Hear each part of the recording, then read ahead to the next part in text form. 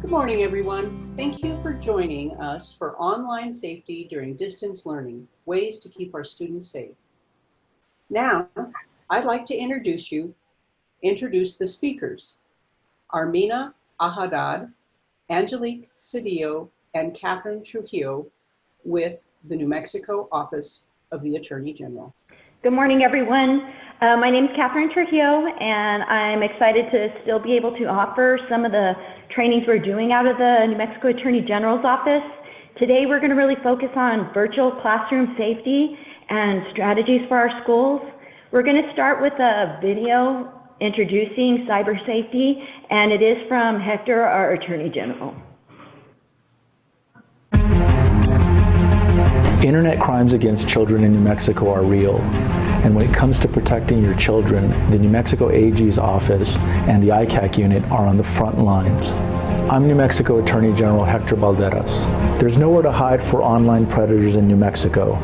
We are working tirelessly, using state-of-the-art technology and resources to seek out and find them wherever they are. Please talk to your children about the dangers that exist online, social media, games, and messenger apps. It's always important to know who you're talking to. Help fight online predators in New Mexico by submitting a tip today. So just like we saw in the video, we really want to be focusing on safety while our students are online.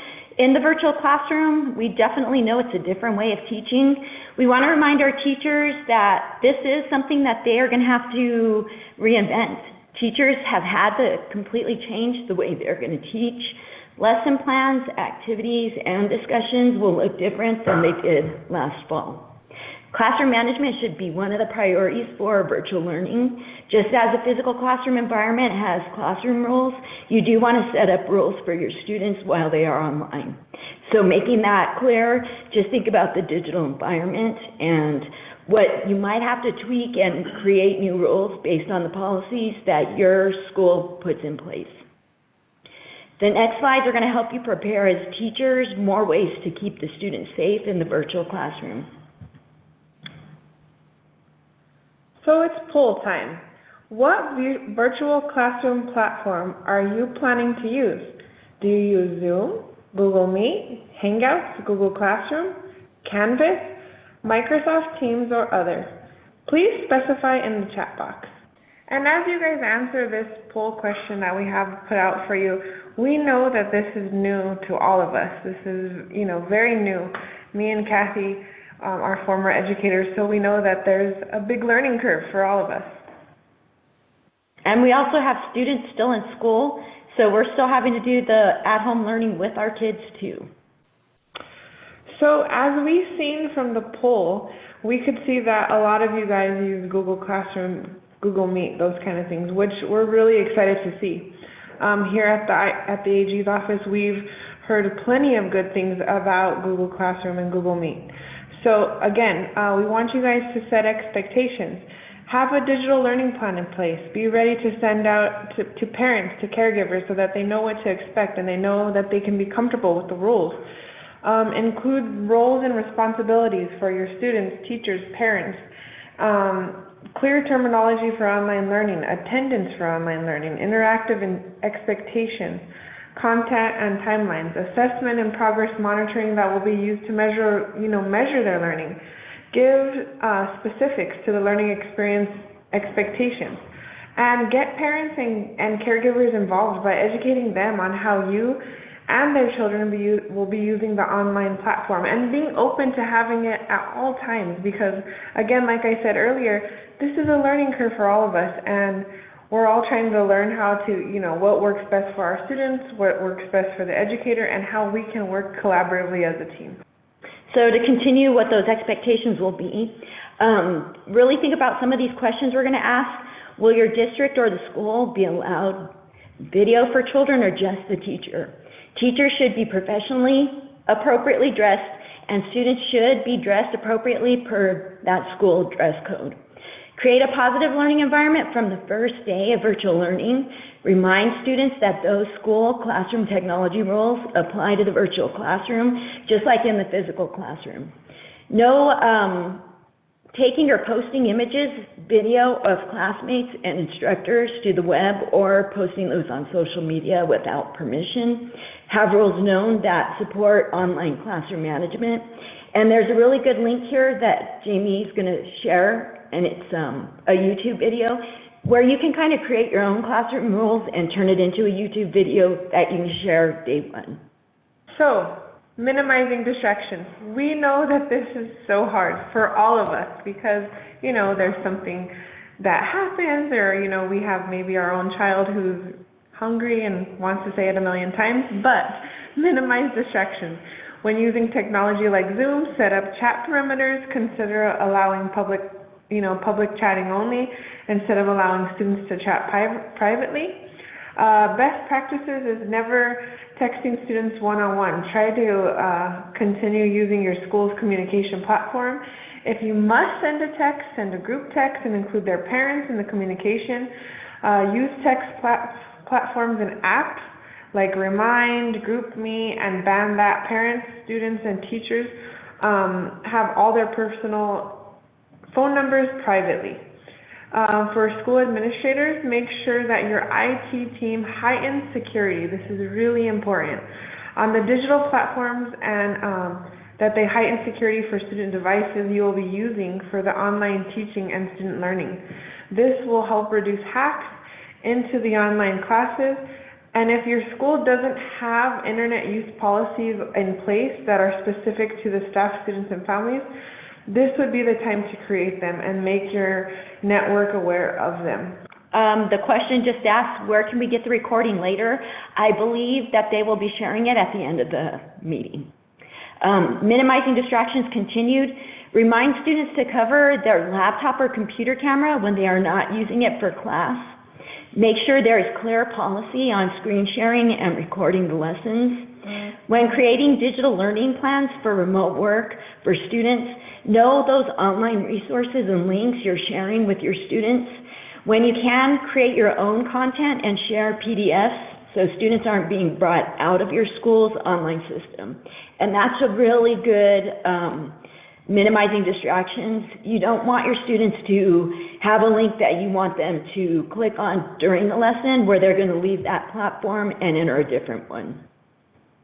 If sharing videos from YouTube, If sharing videos from YouTube, remember that YouTube has ads and upcoming suggested videos that may not be appropriate. Use a tool like Google Classroom that only shares the video and won't take students directly out of YouTube. So being prepared. Parents are going to have, questions about the virtual classroom and what is expected.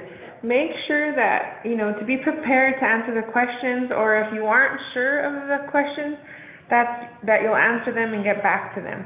This is a huge thing because I noticed that, working with my own child's school, that we had to be patient and we had to be understanding that, the educators they have to also get information from their IT teams and from their administration on how to answer, and get back with them. And I think this is huge for all of us. Again, try making the lesson plans as interactive as possible to keep the attention of your students so that their attention stays focused, but be flexible with class length and topics that are being presented. Make assignments more guided when possible. This may mean that you need to do more prep and research ahead of time for your students who may be on their own devices, links, and sites that would be blocked on the school devices and may not be at home. So again, that's embedding the videos, like Kathy said, making sure that the kids can get to them if it's not allowed on their home computers. Instead of having students do the research themselves, teachers need to source the research and sites to ensure the online safety. Even though your students are not coming into your classroom, you still may be a safe adult for them. This is huge.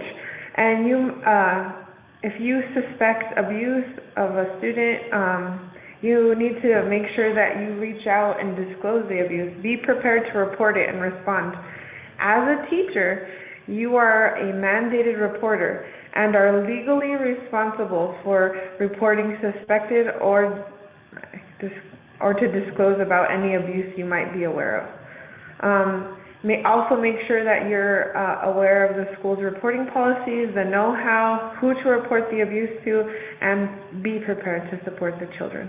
And to touch base on that a little bit, when you're thinking about that environment for the kids to be working from, just reminding them and the parents, make sure they know what the background is, that while the student is online and doing the lesson, there's not background noise, siblings fighting in the background, or anything that's inappropriate happening in the background, even if it's adults maybe speaking or stating things that shouldn't be known to the rest of the kids in that class or the teacher. Just good reminders for parents to be aware of that environment around the kids while they're learning. And again, make sure to review the subscriptions, privacy settings, and privacy policies on the platforms and apps being used. Privacy policies may change when shared with third parties, so be sure to review those beforehand. Make sure you are downloading from the actual trusted site and not a fake malware app. This is something our technology team reminded us to share. It may look like a Zoom download or the Zoom site. Just reinstate with students. You're sending the actual link that you're using that platform to the parents. Also share the trusted site link for the students and parents to go to. Make sure to review with your school administrators how lessons will be in ADA compliance and accessible for students with special needs. Most districts already have something in place where they are going to have those students with special needs working with special ed teachers, but you just want to keep that in mind when you're doing their lessons. So continued learning for teachers and students. Since students are going to have more screen time, have a lesson on digital safety. The National Center for Missing and Exploited Children, Children's NetSmarts, is on the line safety education program created for kids. It's a great place for parents, students, teachers, administrators to be updated with the latest things that are happening online. It provides age-appropriate videos and activities to help teach children to be safer online. Also, help make your student more aware of potential online risks and empowering them to help prevent being victimized by making safer choices on and offline. Learn how to keep the students safe from bullying, because again, this does happen quite a bit online, on and off, and other risks associated with technology use. Take the Monique Burr Foundation's Real World Safety Protecting Youth online and offline training at no charge. Another great resource and availability that you can have is Common Sense Media. Again, that's a great place to create digital citizenship for your students and your classroom. It's just making sure that you're creating that environment where your students feel safe, your parents feel safe, and you feel confident as an educator. And just to go a little more into detail with Common Sense Media, their website has great videos that teachers can utilize in the beginning of virtual learning, kind of going over, practice positive student relationships and to keep the bullying at a minimum, as well as kind of sharing, concerns about what your kids are doing online, what apps they're on, social media posts, information they're sharing with others online. It's a great resource. So key goals for the virtual classroom safety: educate and increase awareness to encourage positive digital citizenship while online learning is in place. Continue to engage, equip, and empower youth and community members to be a part of the learning process.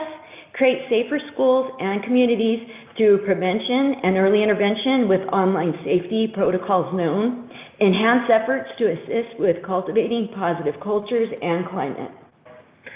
So on here we put a picture of our graphs that we have done over the years when we come to do online presentations to keep our kids safe. These are some of the things that are communicated that have the highest cyberbullying happening. As you can see, it does happen through text messaging, Facebook, Instagram, Twitter, Snapchat, and emails. I will tell you that Facebook is for us old people. The kids don't really, get cyberbullied on there anymore. It's more for us. Instagram and Snapchat is where our students want to be. That's their main place where they hang out, where they communicate, and all those kind of things. So I'm guessing to see that those numbers are going to rise come 2020 statistics. And we also have a feeling that the online gaming is going to rise, just since it has been the distance learning. I know for myself, the social distancing, the only area that my child is able to socialize with his friends is online, and it's the online gaming. So we have a feeling there's going to be issues with that seen in this next year. So cyber safety, just a little bit of information. While kids are on the internet and using social media, and the cost it would have on future impacts, once something is sent out through the internet, it cannot be completely deleted or vanished. Remind your students of that, remind parents of that, make sure they're aware anytime they're sending texts, social media posts, even after they've deleted it, it still can be out in cyberspace.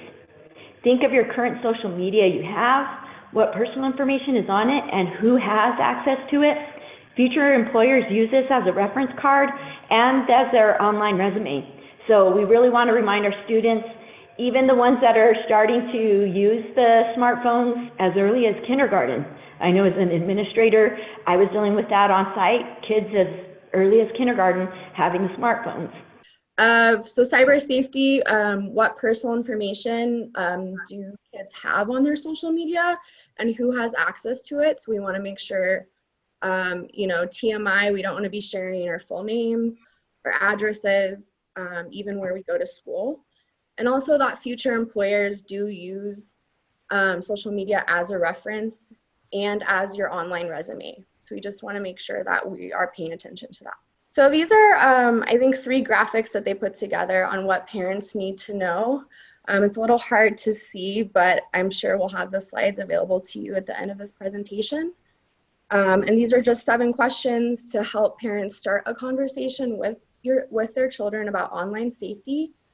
Also, what parents need to know about the App Store. And then finally, but top tips for parents. Tell them it's not real. I know there was the Momo challenge that was going around last year around the schools. So we want to make sure that we tell children that not everything they see on the internet is real.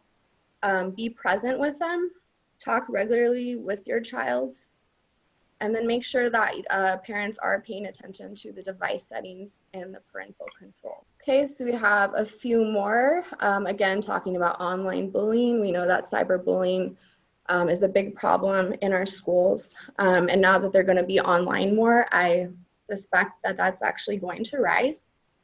Of course, sexting. Make sure that you're talking to the kids about sexting and how that, you know, it's inappropriate. We don't want to be sexting. They could get in very serious trouble with the law. Online grooming. So, you know, grooming can take place in person or online. That's when someone tries to get a child to trust them in order to. So grooming is when an adult tries to get a kid to trust them for the purpose of sexual acts. And so we want to make sure that we're talking to them about that phenomenon as well. Again, there's more top tips for parents. And like I said, I think all 6 of these will be available for you to print out and pass to your Thank you, Catherine and Angelique, for your portion of the presentation, and thank you all for being here today. My name is Amina Ahadad, and I am the Internet Crimes Against Children Task Force Coordinator for the New Mexico Attorney General's Office. Welcome. As we all know, the new normal for many of your school districts is to provide video communications through hybrid classrooms, distance learning, educational office hours, guest lectures, and more.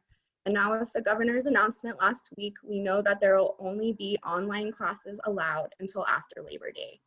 This platform is a great way to stay connected in the wake of the COVID-19 crisis, but it does not come without dangers that you need to be aware of.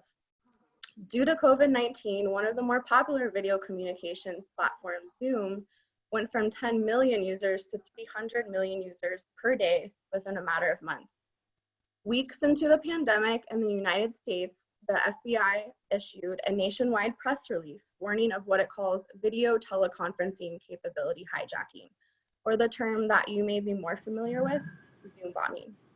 Locally in New Mexico, our office has received reports of these virtual platforms being hijacked. In one of the reports we received, a classroom was disrupted by pornographic images. This is not just happening here, but all around the nation and in the world. In fact, some school districts have already decided to ban the use of Zoom because of security problems. As our schools continue the transition to online lessons, the Office of the New Mexico Attorney General recommends exercising due diligence and caution in your cybersecurity efforts. In the next slides, I will be going over some steps to help mitigate against teleconferencing hijacking threats. This information will be technically specific and in a very short period of time, so I do recommend taking the time after this session to explore all of the safety features available to you on your program of choice. And I do believe the slides will be available after the presentation as well. Next slide, please. And I believe we're back on. Yep, you are. Okay. Okay, so based on that poll that you answered earlier, most of you are using Google Meet and Zoom, which is actually what I will be focusing on in this presentation. I was also told that possibly Canvas would be used, so I will be focusing on that as well.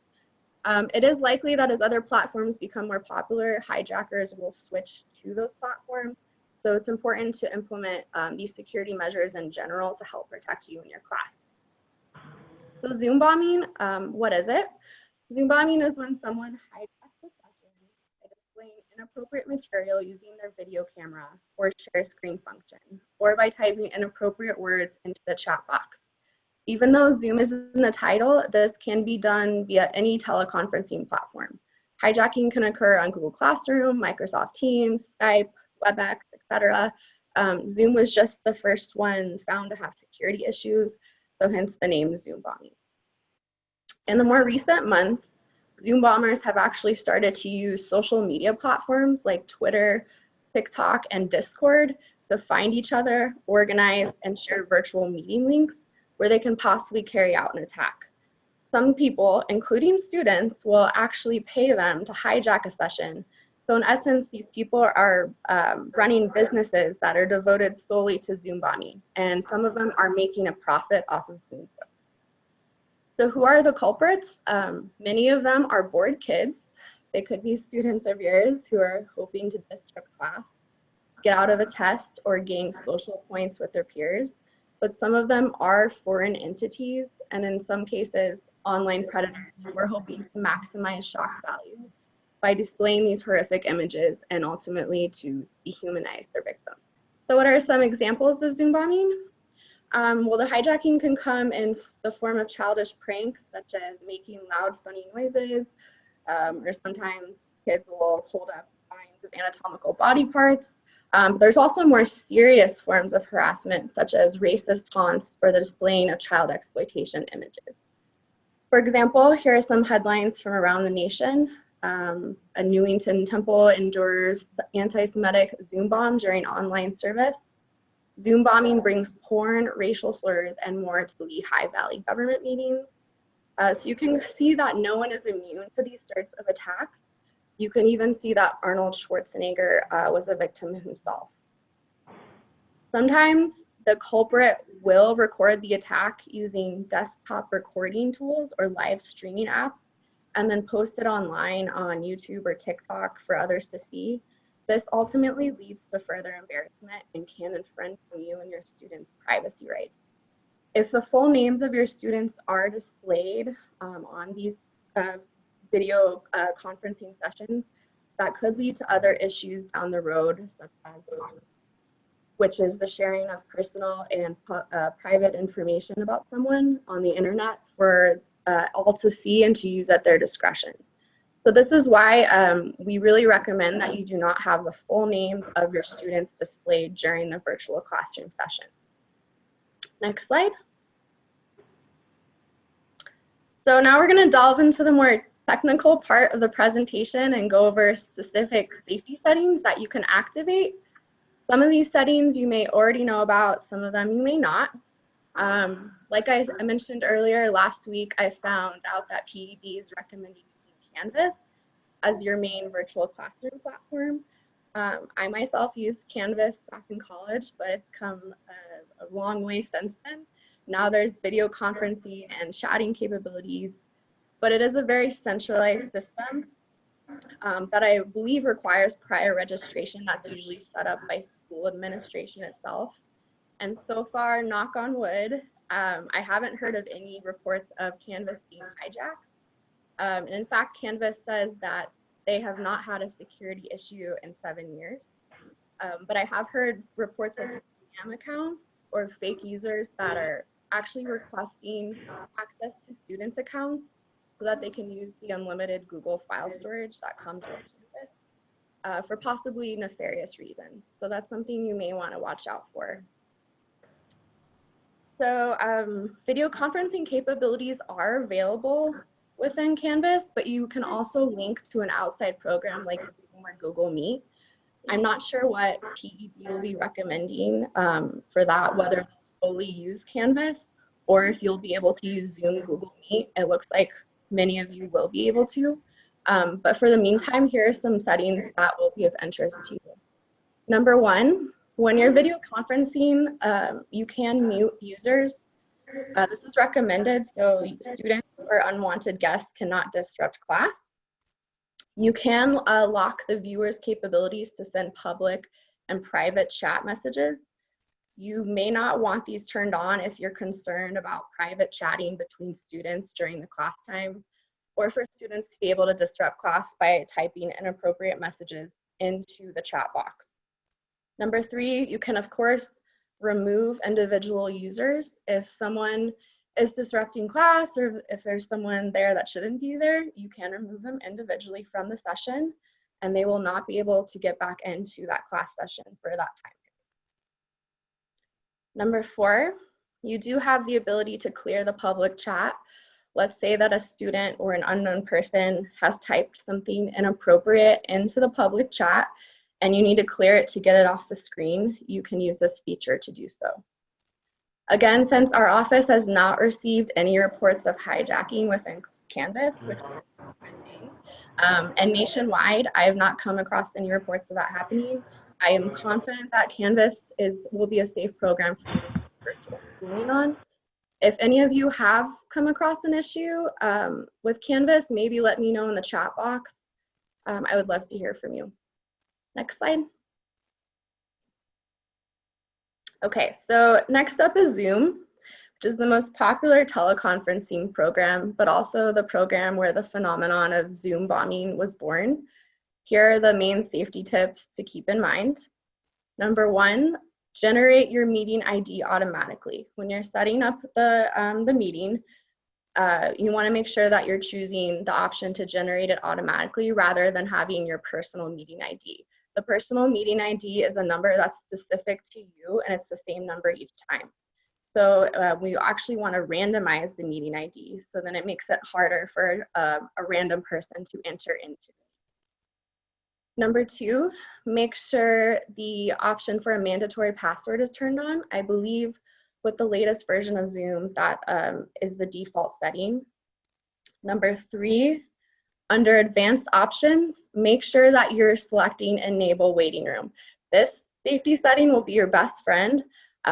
So actually, when you came into this session, you all congregated in a virtual lobby ahead of time, and then the host was able to pick and choose who they wanted to let into the meeting.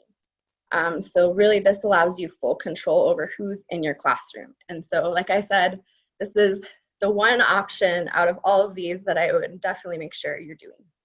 And then it's also suggested, again, you mute your participants upon entry. Next slide. Okay, so number five, once your Zoom meeting has started, make sure that you're going into the security button at the very bottom of the screen and choose to lock the meeting. That way, unwanted users cannot join. If someone does need to get into the class after your meeting has begun, after class has begun, you can then choose to accept them into the room. Number six, You can also choose whether participants can share their screen, share their username, and use the chat feature. Allowing them to screen share as students does run a risk because sometimes they will share inappropriate images from their screen, and we of course don't want that. And then chatting also opens it up for inappropriate words to be displayed. And then finally, allowing them to rename themselves can lead to people trying to hide their true identities. I read a story where a student had renamed himself to say reconnecting ... and then he blacked out his screen. So it looked like he was having technical difficulties and he was trying to get out of class. Just keep in mind that kids are clever and they will find a way to get around things. Next slide. Number 7, so again, once the meeting has begun, you can go into the participants section and choose to play an enter-exit chime. This will stop any anonymous guests from joining without you knowing, especially if you have a very large class. Of course, you would not have this problem if you did lock the meeting in the first place. And then number 8, make sure to disable virtual backgrounds so no inappropriate images can be displayed. I know that this is a way that students want to express themselves creatively, but it may come with a risk. So just make sure that you're paying attention to that. And finally, always have Zoom updated to the latest version. Sometimes there are very important security updates, so please make sure that students are updating so they can stay safe. Next slide. All right, so we're going to move on to Google Classroom, which I also saw that a lot of you are using. Google has actually just added safety features to help protect against Zoom bombing, which is great. Now anonymous users are no longer able to join. And I think most of you would probably have a GC education license. So currently this is the default setting and it should be in place for everyone by the end of this week. Number 2, use nicknamed meets rather than scheduling an invite on Google Calendar. So these nicknames prevent students from entering a Google Meet before the set time period and rejoining afterwards. So if you do set up a Google Meet through Google Calendar, students can actually click on that link ahead of time and congregate there before you're even in the room.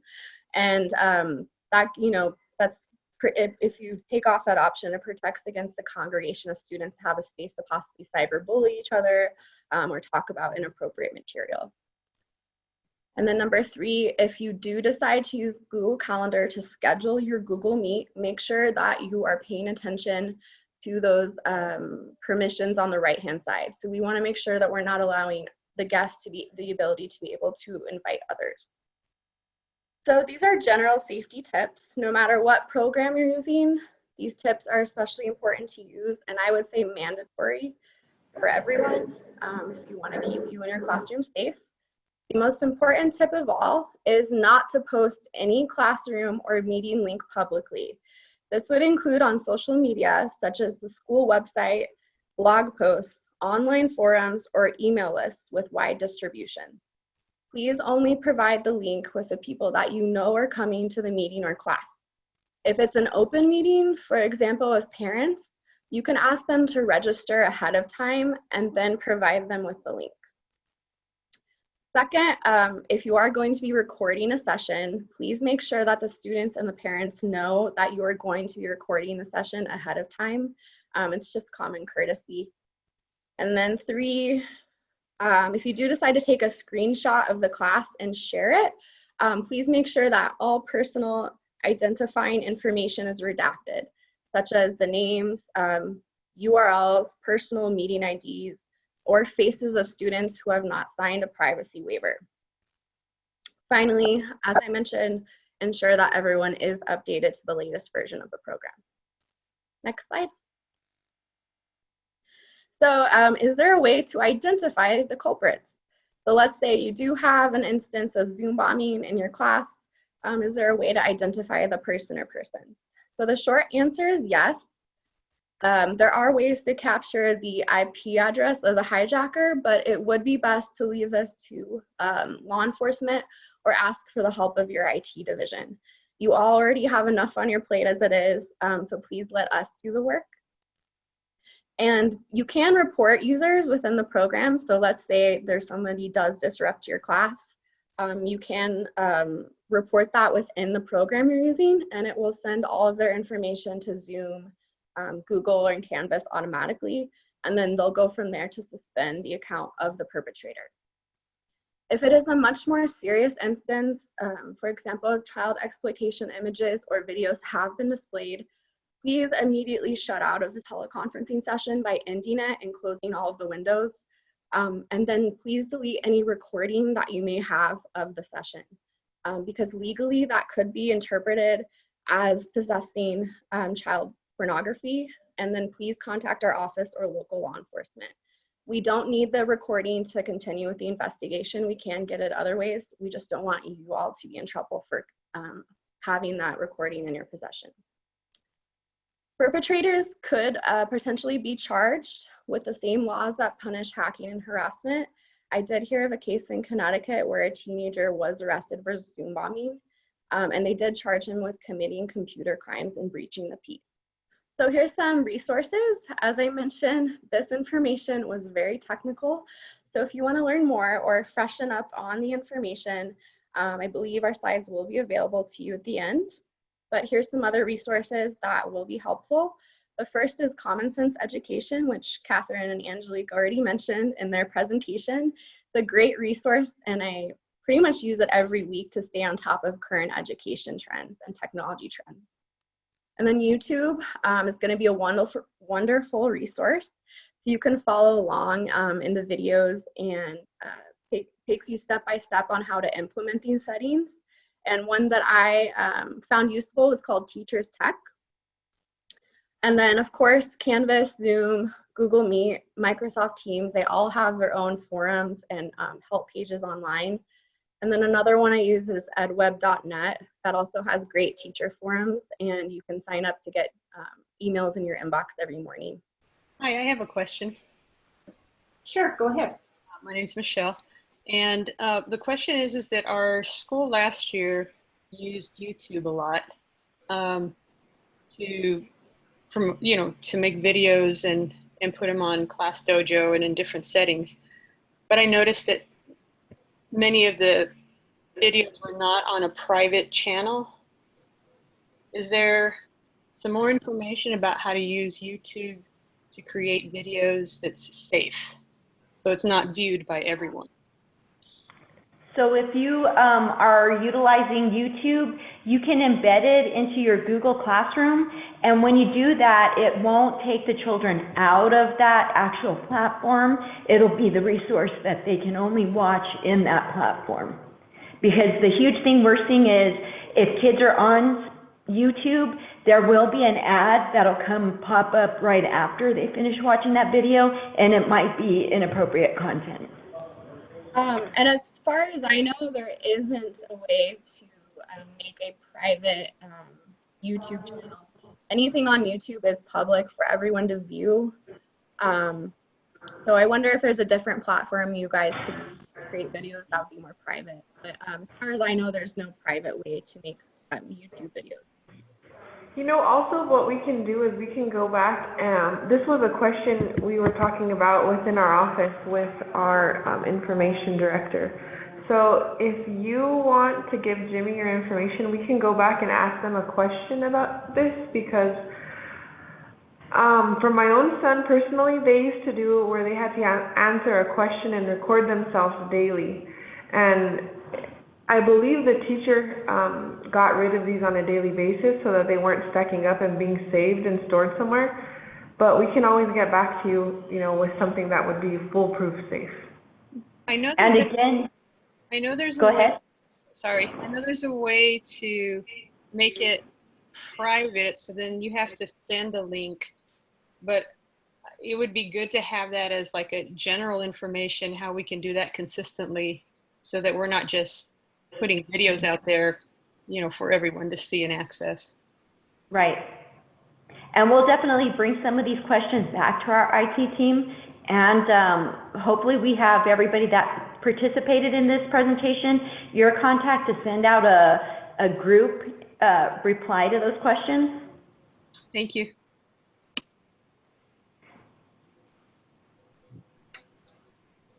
And again, if any of your districts or your schools would like more PD on this, we're more than willing to re-present to a group of teachers or for the district school board, whatever it takes for you guys to be on the same page and have policies in place for your whole school district. And you can just utilize our online presentation request under NMAG.gov.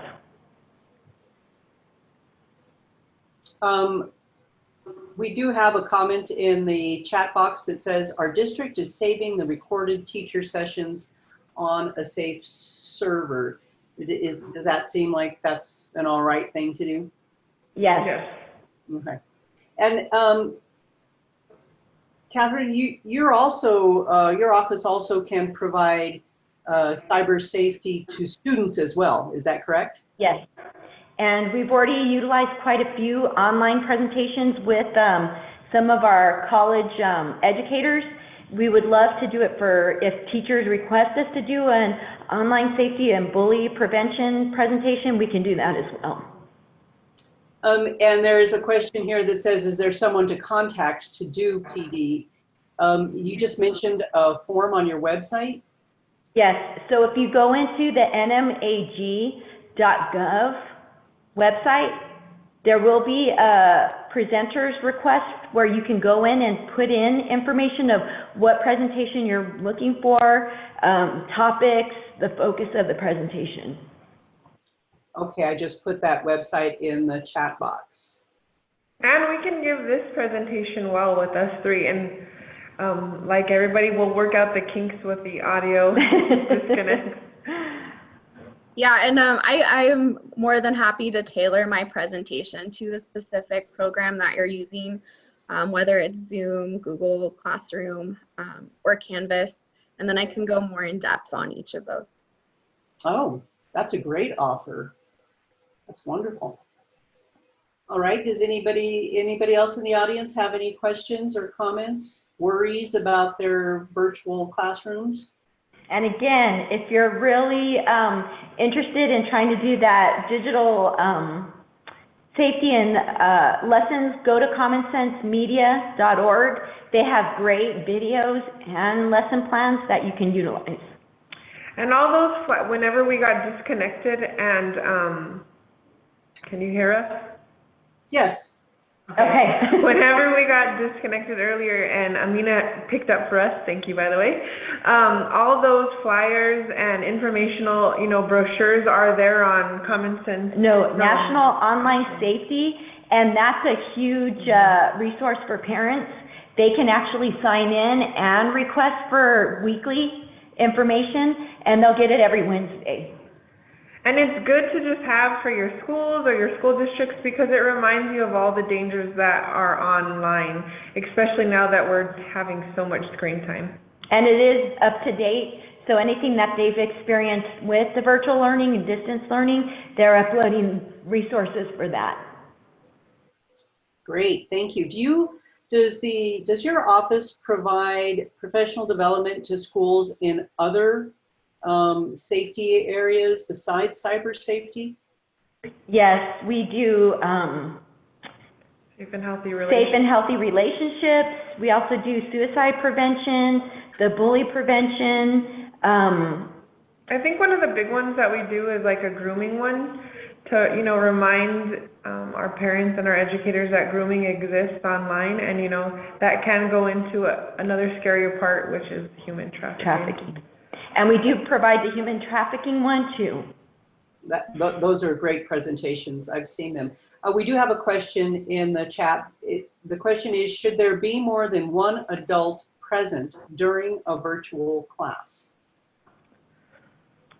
The suggestion is if students are online, that a parent is the one that helps them get started with the lesson if they're younger. That's something that can be put in place with the policies from that school. It really should be a policy put in place, and their virtual learning policy started day one. I think for the most part, what we were also seeing that we felt seem to be working effectively, so that they kind of keep their, all of third grade or fourth grade or even ninth grade, is that the teachers are all talking with each other and kind of keeping the assignments aligned with one another, so that way it's a level playing field. And it helps the parents. Parents were able to collaborate with other classroom teachers that have the same grade level, just to help with resources and lessons. Mm-hmm. And then in terms of Zoom bombing, I think it's a good idea in general to have more than one adult. Maybe one as the moderator in the classroom, so they can watch out for maybe inappropriate things being said in the chat, and while the teacher kind of focuses on the teaching. Oh, that's a great idea. Would the Attorney General's office be able to provide a presentation for parents? Definitely. Okay. All right. Yeah, the Attorney General's office can provide much as far as resources for a variety of things, and I'm not sure that the general public is really aware of the services that you offer. So I think it's really important that they know that you're there to help them. Anybody else have any questions? We have one now from Sandra. Our district teaching staff cannot be in a virtual classroom with only one student. Counselors do join classes with low attendance. And I could see some privacy issues counseling wise, but ladies?